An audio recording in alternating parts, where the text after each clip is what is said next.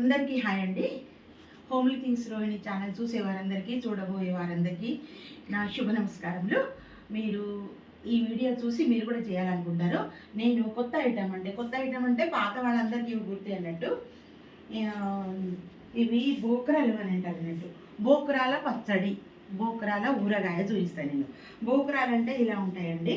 ఇవి మన అడవి ప్రాంతంలోనే దొరుకుతాయి. అంటే ఇళ్ళల్లో కూడా ఉండవచ్చు, పల్లెటూర్లలో అట్లా ఉండవచ్చు. కానీ దీన్ని బోకరాలు అంటారు. ఈ బోకరాలతోటి ఊరగాయ చేయడం, ఓకేనా? ఇవి ఇంత చక్కగా ఉంటాయి. కొన్ని ప్రాంతాలలో బోకరా అంటారు, షేమిడీలు అంటారు, ఇరిక్కాయలు కూడా అని ఉంటారు. మన తెలుగులో కూడా ఇరిక్కాయలు అని అంటారు. వీటి ఆరోగ్యరీత్యా చాలా మంచిది.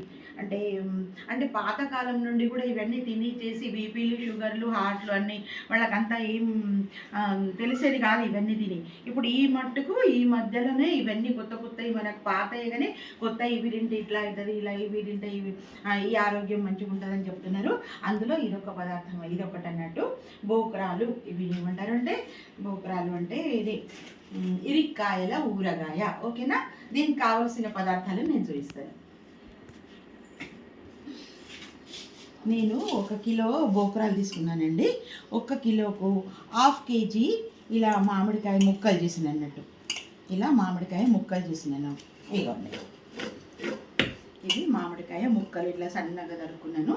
సన్నగా తరుక్కొని తర్వాత ఇవి ఉన్నాయి కదండి, ఈ పొత్రలు అంటే ఈ పైన ఉన్నటువంటివి కూరలు ఇలా తీసి ఇలా వేసేసిన అన్నట్టు.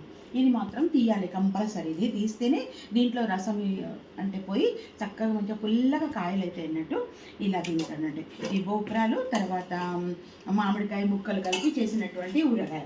దీనికి కావాల్సింది చెప్పాను కదండి. ఇక దీనికి కావాల్సింది ఆవపిండి, తర్వాత ఉప్పు, తర్వాత కారము, కొంచెం అంత పసుపు అన్నట్టు. పసుపులో ఏం వేడి చేయం కదా మనం, అట్లా పసుపు అన్నట్టు. ఇక తర్వాతనేమో మెంతి పొడి, ఓకేనా? దీనికి ఎక్కువ ఏం వేడి లేదన్నట్టు. ఇప్పుడు మనం చేసేద్దాం, ఉప్పు వేసేద్దాం మొదలు, ఓకేనా? ఉప్పు వేసేసినాను. ఉప్పు వేసిన తర్వాత మనం ఆవపిండి వేసేద్దాం తగినంత. అంటే ఈ 1 కేజీకి ఇది అంటే 1 కప్పు, అంటే ఒక చారు గిన్నెడంత ఆవపొడి, చారు గిన్నెడంత కారం వేసుకోండి, సరిపోతుంది అన్నట్టు. ఇక ఇది కారం, ఓకేనా? అయిన తర్వాత ఇప్పుడు మనం ఏం చేద్దాం, కొంచెం పోపు పెట్టుకుందాం అన్నట్టు, ఓకేనా? ఊరగాయ ఇరిక్కాయల ఊరగాయ, ఓకే.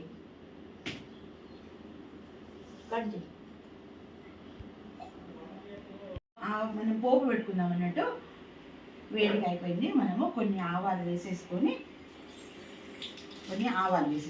ఓకేనా?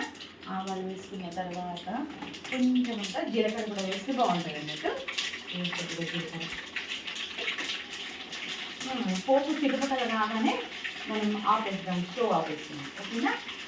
అయిన తర్వాత ఇప్పుడు మనం ఏం చేయాలి అంటే, కొంచెం కొద్దిగా చల్లగిన తర్వాత ఒక 2 చెంచాలు మెంతి పొడి, 2 చెంచాల మెంతి పొడి, ఓకేనా?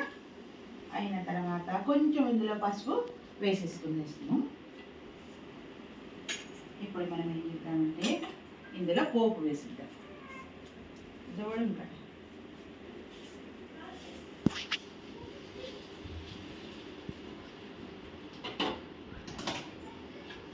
ఇలా కలిపేసుకుందాం.